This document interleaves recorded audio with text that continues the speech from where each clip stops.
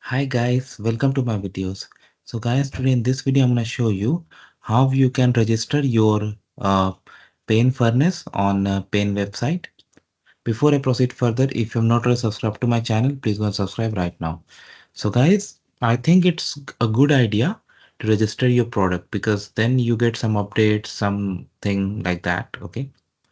So of course, like when you buy, you get warranty, like, or you can always read your package. You may even be provided extended warranty for labor and other things. Those things are fine.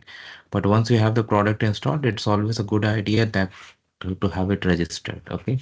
So what I have done, like I've opened Payne website.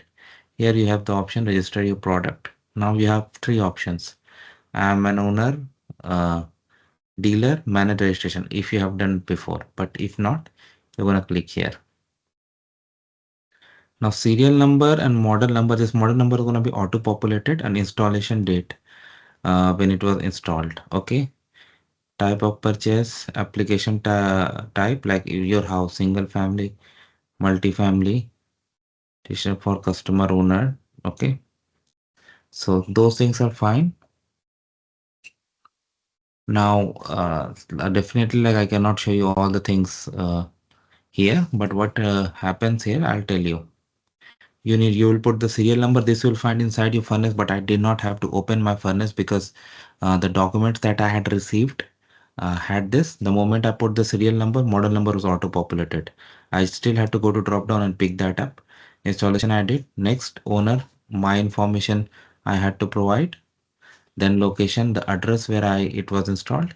Then went to the dealer from where it has been taken. You, of course, you can search it your dealer name, and then you can select from the populated list. And if you don't find, you can always add. And once that is done, you can review and submit. And once it is submitted, you're gonna get an email.